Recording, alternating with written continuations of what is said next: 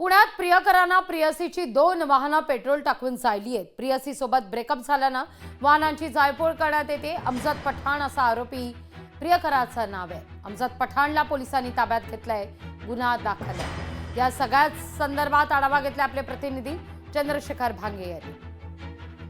पुण्यातील रामटेकडी परिसरामध्ये ब्रेकअप झाल्यानंतर प्रियकराने प्रेयसीच्या 2 गाड्या ज्या आहेत त्या जाळलेल्या आहेत। पुण्यातील हे रामटेकडी परिसरातील हा सगळा धक्कादायक प्रकार जो आहे तो आज पहाटेच्या सुमारास झालेला आहे। अमजद पठाण असे या प्रियकराचं नाव असून त्या अमजद पठाण यांनी गाडीमध्ये पेट्रोल जे आहे ते भरून आणलं होतं आणि पुन्हा बाटलीमध्ये हे पेट्रोल काढल्यानंतर या ज्या गाड्या आहेत त्या गाड्या पेटवून दिलेल्या आहेत आणि या सगळ्या जाळपोळीमध्ये दोन्ही गाड्याचं मोठं नुकसान आपल्याला पाहायला मिळत आहे।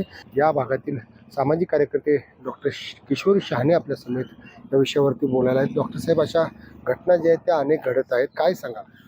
गेल्या 8 दिवसामध्ये रामटेकडीमध्ये 7-8 जणांच्या गाड्या अशाच तोडल्या होत्या, रिक्षा गाड्या तोडल्या होत्या। याची नोंद वानवडी पोलीस स्टेशनमध्ये आहे। वारंवार अशा ह्या घटना घडत असल्यामुळं या ठिकाणी पोलीस चौकीची मागणी मी गेल्या 2 वर्षापासून या ठिकाणी रामटेकडी चौकी व्हावी असे म्हणतो की या पोलिसांचा वचक या लोकांवरती झाला पाहिजे।